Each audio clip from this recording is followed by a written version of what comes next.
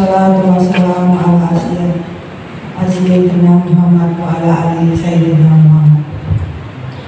Yang kami hormati Bapak Dr. Andes Amin Muhammad Said MHu, Bapak Kuswanto SS MHu, Bapak Dr. Fatorosi MPI Kepala Dinas Dikdaya Kabupaten Probolinggo, dan hadirin para undangan yang dimuliakan Allah Subhanahu wa Ta'ala. Syukur alhamdulillah senantiasa kita panjatkan kehadirat Allah Subhanahu wa Ta'ala, karena atas limpahan rahmat dan nikmatnya pada hari ini kita bisa hadir dan berkumpul bersama dalam rangka menghadiri kegiatan fokus grup diskusi Undang-Undang Nomor 11 Tahun 2010 tentang cagar budaya dalam keadaan sehat walafiat, dan semoga kegiatan ini mendapat ridho Allah Subhanahu wa Ta'ala sehingga pelaksanaan kegiatan dan berjalan dengan lancar dan mendapat hasil yang bermanfaat bagi masyarakat Kabupaten Probolinggo. Amin ya rabbal alamin. Bapak Ibu hadirin yang kami hormati, kami sebagai pembawa acara pembukaan kegiatan ini akan membacakan susunan acara sebagai berikut. Pertama, pembukaan. Kedua, menyanyikan lagu Indonesia Raya. 3, pembacaan doa. 4, sambutan kepada Dinas Dikdaya sekaligus membuka acara oleh Bapak Haji Dr. Fatorosi MPI. 5, penutup acara.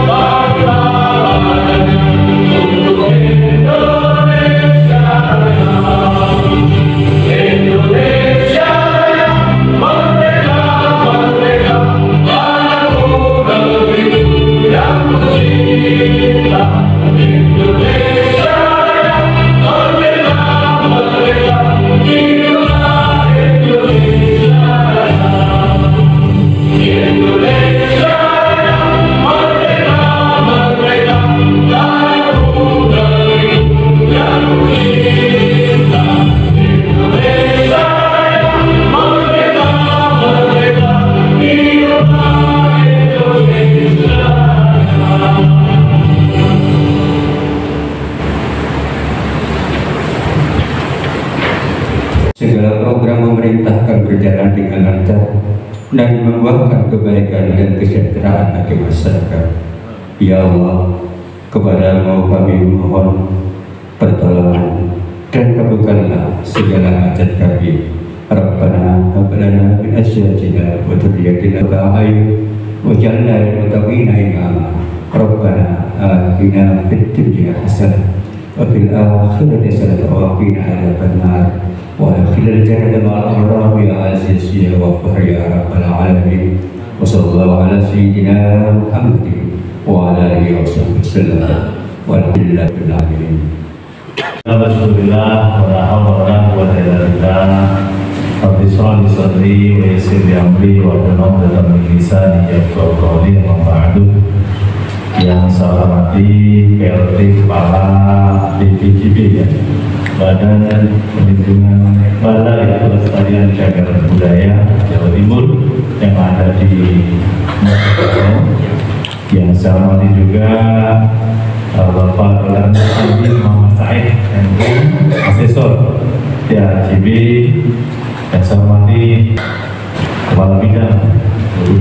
Dekan beserta teman-teman serta para peserta yang hadir. Alhamdulillah Kapolsek Paiton hadir, teman-teman Pak Masud di Polsek lain juga ini alhamdulillah hadir dari Polsek Marum ya. Alhamdulillah dari Polsek di Polsek ini alhamdulillah. Terus juga masyarakat, terus dari Koramil Gede juga ya. Masyarakat alhamdulillah, serta teman-teman dari PUPR, dari kecamatan, dari tim juga hadir. Alhamdulillah dari apa namanya komunitas dunia juga alhamdulillah hadir bersama kita. Bersyukur alhamdulillah Bapak sekalian. Monggo sambil dinikmati snacknya. Nah, setelah snack, insyaallah nanti akan ada nasi kotaknya juga. Ini ya, kita ngobrol santai Bapak sekalian ya. Jadi bersyukur alhamdulillah. Terus Pak Camat Paiton hadir. Alhamdulillah. Terus Pak Camat Paiton. Pak Kapolsek sudah hadir tadi Pak Camat. Betul. Jadi sekali lagi matur suwun Bapak sekalian atas hadirnya. Pertama kita hari ini akan melaksanakan FGD atau Focus Group Discussion, diskusi kelompok yang fokus terkait dengan bagaimana kita melakukan perlindungan bahkan nanti akhirnya penetapan cagar budaya yang ada di Kabupaten Probolinggo. Saya tadi sempat beberapa saat sambil menunggu jumlah peserta cukup banyak ngobrol baik dengan Pak Said, dengan Pak Kuswanto, dengan teman-teman dari komunitas Budi Banggar. Ternyata Kabupaten Probolinggo ini memiliki banyak bangunan, banyak situs yang memungkinkan untuk ditetapkan sebagai cagar budaya.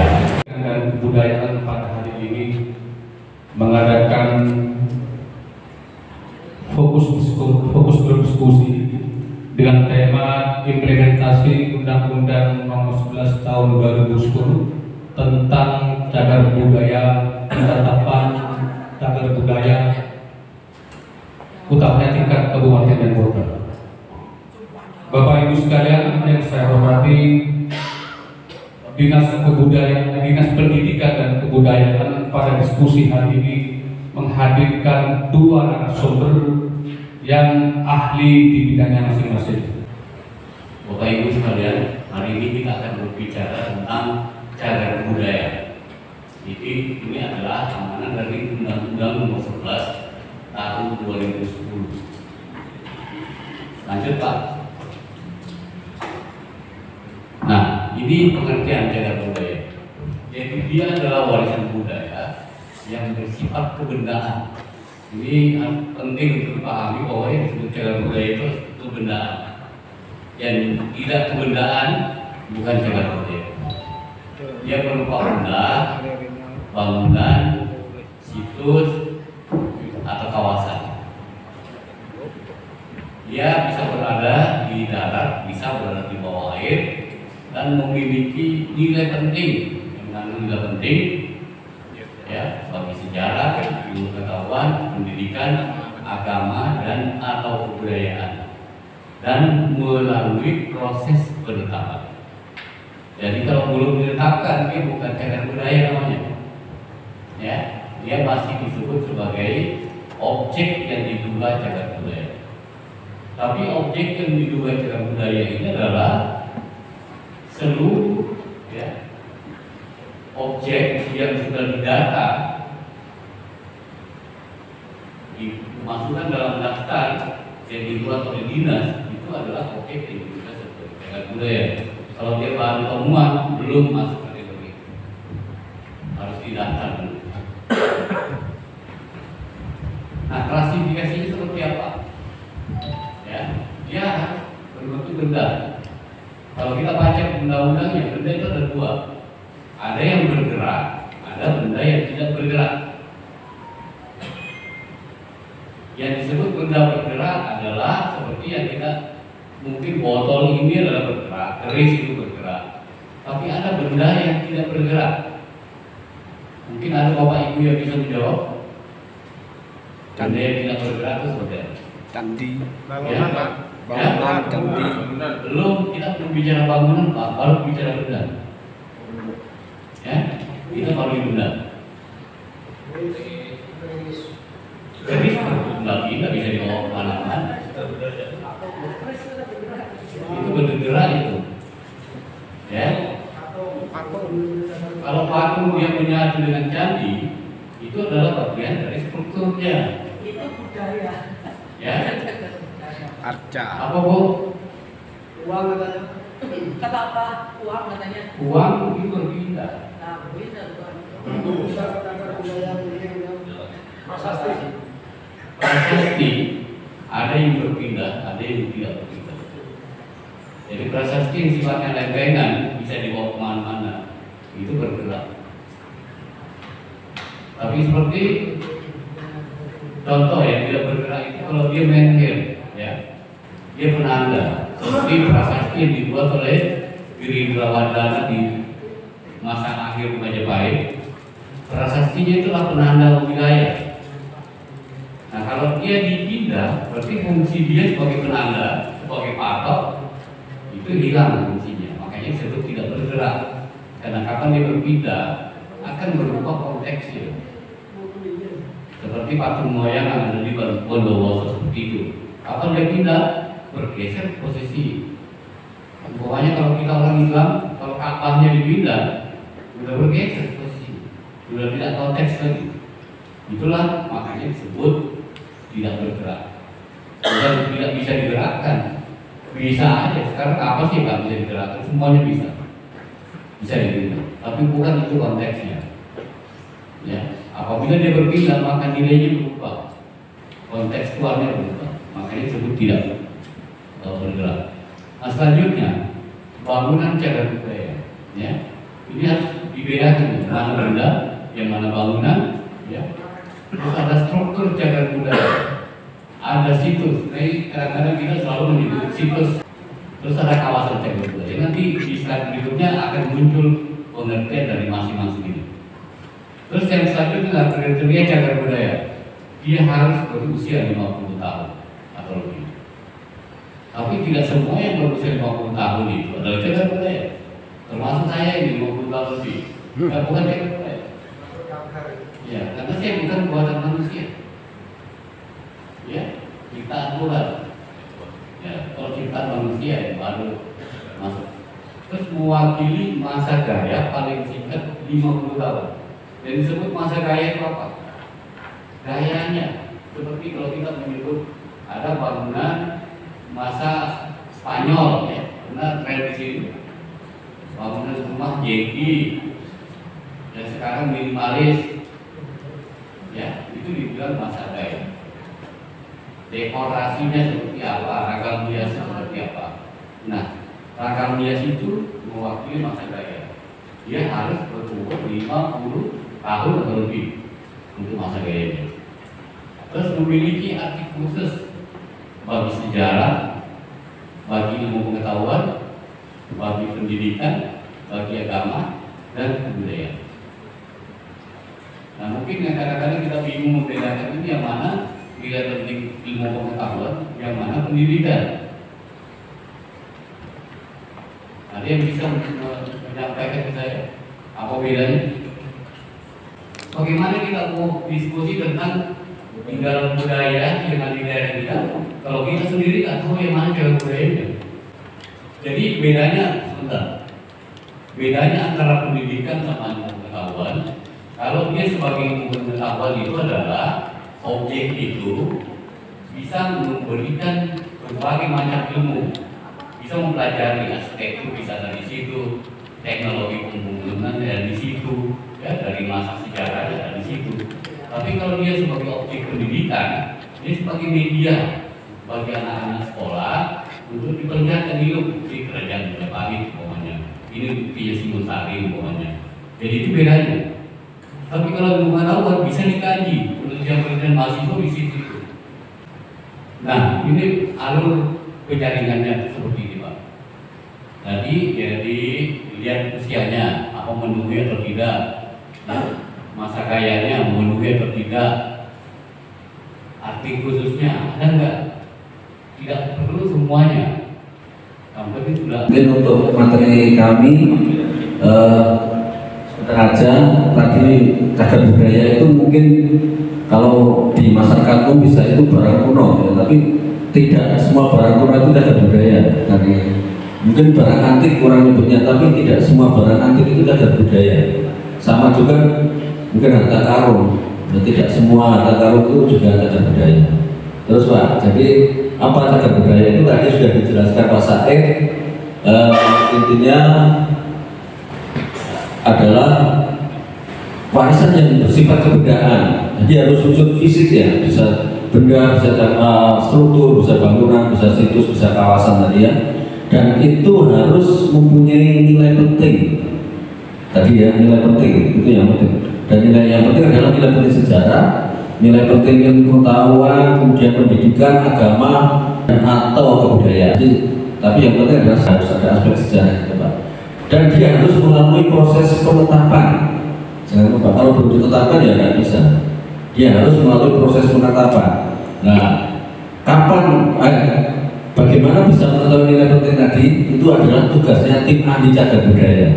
Jadi saya diminta oleh Pak Kadis sebenarnya untuk menyampaikan tentang TACB, walaupun tadi sudah secara umum Pak saya menyampaikan ya. Jadi siapa yang bisa menilai nilai penting itu? Ya itu tadi tim ahli cagar budaya. Itu tugasnya menilai itu, kemudian untuk direkomendasikan untuk ditetapkan. Kan melalui proses penetapan. Proses penetapan ini dimulai kapan? Ketika benda itu sudah didaftar. Kalau belum berdaftar, tidak bisa. Nah, ketika sudah mulai penetapan, maka benda itu dilindungi sama, dilindungi sama dengan cagar budaya. Statusnya kalau dia sudah mulai proses penetapan dalam kurung atau didaftar, berarti itu sudah dilindungi sama dengan cagar budaya. Kenapa dilindungi sama? Ya kalau nggak dilindungi, dia hancur, nggak jadi ditetapkan nanti proses penetapannya hilang. Ya, itu Pak Nge. Secara prinsip seperti itu. Saya ambil contoh yang di tengah ini adalah relief, walaupun sudah jelek Pak. Ini relief tentang bubuk sah gagang aking. Ini di Candi Mahan. Mungkin Pak Eko apa katanya? Ini ada yang makanya itu suka ada ya. Ada yang itu. Ini cerita tentang sebenarnya agama Buddha ini seorang petapa yang satu gemuk, yang satu kurus. Tapi dia bercerita tentang keikhlasan. Sama-sama bertapa, yang kurus kering itu tidak jarang makan karena dia bertapa ya. Tapi yang gemuk dia cara tapanya dengan makan apa saja. Tetapi ketika Dewa Mundi dengan wujud harimau yang dia ke petapa yang kurus harimau itu, saya lapar mau makan manusia. Kemudian apa namanya gagang aking ini menunjukkan itu ada manusia yang lebih gemuk. Kalau makan saya enggak kan akhirnya dia ke datang yang lebih gemuk, namanya bubuk sah tadi.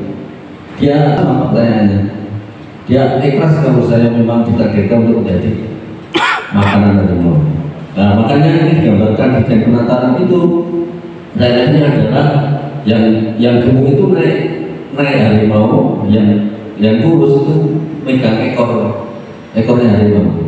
Ini sebenarnya perjalanan mereka ke surga dengan cara keikhlasannya. Yang gemuk bisa naik harimau tadi ya. Enggak dibalik ini ada nilai tadi Pak. Iya, ini contoh aja ya yang ingin saya sampaikan. Ya, tim ada tadi harus bisa modifikasi nilai untuk bisa dikurangi. Itu. Ini tadi sudah saya jelasnya ya, ada sudah saya lalui ya. Oke, terus nah tentang kajian dari Bu Kim Prasville saya kira ya sebenarnya di undang-undang 2 sekali kajian ya selain yang harus dilakukan oleh TATB, karena setiap langkah dalam pelestarian cagar budaya harus dilalui dengan kajian dulu. Karena sifat cagar budaya sendiri pertama mesti sudah tua ya, kemudian jadi rapuh, sifatnya rapuh. Yang kedua dia langka mungkin, atau hanya satu-satunya seperti tadi jagung tadi. Yang kemudian ya terbatas, langka terbatas. Karena sifat sulam maka setiap orang dan untuk pelestarian negara harus dikaji akan tidak melangkah dan kita melakukan. Pokoknya mau merawat konservasi dan lebih awet karena obat ditempelkan obatnya malah remuk. Nah itu makanya perlu semua langkah perlu kajian. Ini banyak sekali bisa dibaca kajian aja yang termasuk dalam pengembangan tadi Pak, seperti tadi jagung perkembangan itu apa, itu perlu ada kajian.